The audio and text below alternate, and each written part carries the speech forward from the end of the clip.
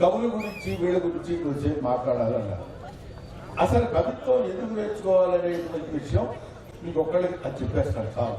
ఎందుకంటే ఏమంటే బ్రహ్మానందం పేరు చెప్పి వాళ్ళు ఎంత బాధపడుతున్నారో తెలుసు. మనం అంటే ఇప్పుడు దీని కింద కూర్చుని ఉన్నాం. వాళ్ళకి అసలు పైన షెల్టర్ ఏం లేదు. వాళ్ళు పాపం ఆనందిస్తారు. ఆనందించడానికి కానీ మరీ కాబట్టి కవిత్వం లిటరేచర్ ఎవడు పెట్టలేదండి, ఎవడు చదువుకోవటం లేదు, తెలుగు సాహిత్యం అసలు ఎవరు పట్టించుకోవటం లేదు అంటున్నారు. ఎందుకు పట్టించుకోవటం లేదంటే వాళ్ళు అసలు ఎవరు వింటలేదండి అంటున్నారు. వాళ్ళు వినేటట్టు, వాళ్ళు పట్టించుకునేటట్టు అందులో ఉన్నటువంటి గొప్పతనాన్ని మనం చెప్పలేకపోతున్నాం. మనం చెప్పగలిగినట్టు మన పద్ధతిలో మనం చెప్పగలిగితే వినేటువంటి వాళ్ళు తప్పకుండా వింటారు, ఎప్పుడైనా వింటారు. ఇందాక అమ్మాయి పాడింది పాట, అందరూ ఎంత హాయిగా ఆనందించారు తల్లిదండ్రులు పాటి మా. కాబట్టి నేనేం చెప్తున్నానంటే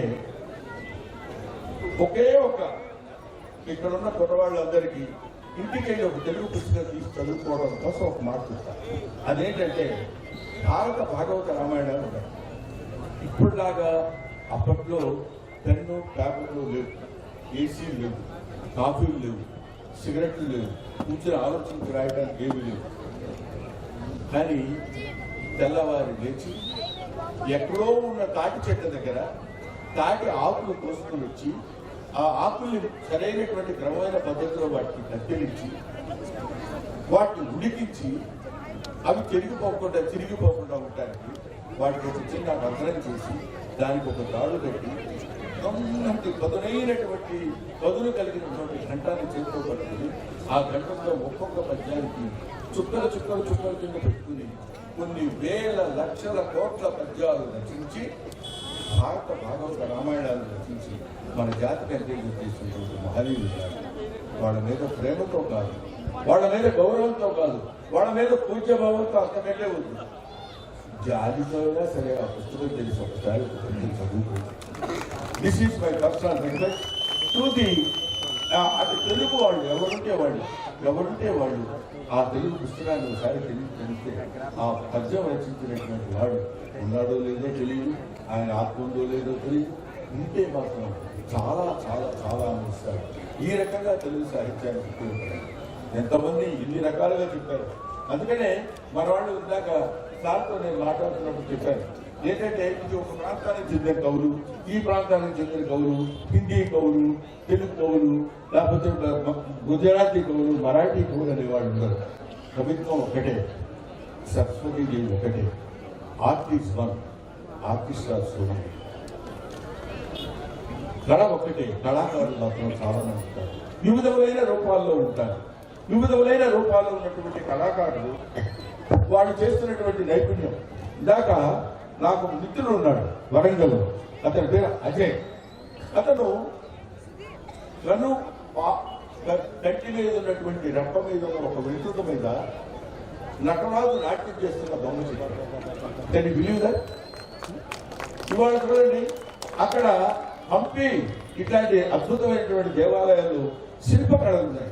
శిల్పకళలో ఒక అంగుళం ఉన్నటువంటి ఒక రాతి మీద, ఆ అంగుళం రాతి మీద అతను ఒక నాట్య భంగిమలో ఉన్నటువంటి ఒక స్త్రీని పెట్టి, ఆ స్త్రీకి ఒక ముక్కు పుడక, దాన్ని అలా మనం గదిలిస్తే తిరుగుతూ ఉంటుంది. ఎంతటి ఏకాగ్రత కావాలి, ఎంతటి మహనీయులు జన్మించేటువంటి మన భారత కర్మ. ఇటువంటి వాళ్ళు ఈ శిల్పాలు మనం ఏమనుకుంటాం సాధారణంగా ఈ ఫైన్ ఆర్ట్స్ అంటాం. ఫైన్ ఆర్ట్స్ అంటే లలిత కళలు అని. లలిత కళలు అంటే మనం ఏమనుకుంటామంటే ఒక లలితములైన కళలు, చాలా మృదుమధురమైన కళలు కాదు. లలిత గాయత్రి యొక్క అంశం చేత ఏర్పడినటువంటి కళలు, ఆ తల్లి అనుగ్రహం చేత వచ్చినటువంటి శిల్పము, చిత్రలేఖను సాధించేటువంటి కవిత్వం. ఇటువంటి అద్భుతమైనటువంటి కళలు కలిగినటువంటి వాడి ఇలాగా తిప్పే స్వామి, ఆ పిల్లలు, వాళ్ళందరూ ఎట్లాగా వీళ్ళందరినీ గౌరవించాలనేటువంటి ఆలోచన, పెద్ద హృదయం కలిగినటువంటి వ్యక్తులు రావాలి ముందు. ఇలాంటి ఒక ప్రతాపరెడ్డి గారు లాంటి వ్యక్తులు వస్తే, నాలాంటి వాళ్ళని ఎవరినన్నా ఇక్కడికి తీసుకొస్తే, ఇప్పుడు బ్రహ్మానందం వస్తున్నాడు అని చెప్పారు. వస్తున్నారంటే ఇందాక నేనేమనుకున్నానంటే ఏమంటే ఉన్న జనం కాస్త నేను మాట్లాడేటప్పుడు ఇది నేను పక్కకి చేయండి ఇందాక నుంచి మీరు గమనిస్తున్నాను లేదు ఎవరన్నా మాట్లాడటం ఎక్కువైంది అనుకో ఇతర పక్కకు వస్తారు అతని పక్కకు వస్తారు నేను ఆపేరా బాబు అన్న ఫీలింగ్ వస్తుంది అన్నమాట నన్ను మీరు ఆపను నేను ఆపను కాబట్టి నేను చెప్పేది ఏంటంటే ఇటువంటి అంటే కవిత్వం గురించి చెప్పాలంటే ఇందాక ఎందుకు చదువుకోవాలో చెప్పాను ఈ తర్వాత ఎవరెవరు ఎలాంటి వాళ్ళు ఇక్కడ దీని ఉంటారు అసలు రాయలసీమే ఒక అద్భుతమైనటువంటి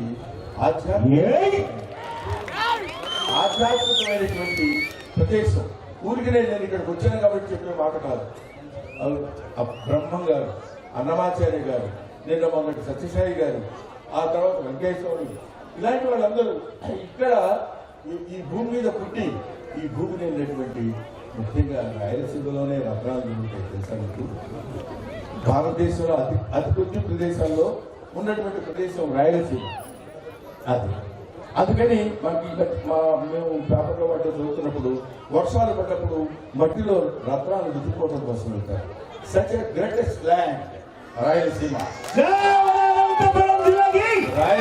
రతనాల సీమ we feel proud to say we are the citizens of Rayalaseema. Thank you very much.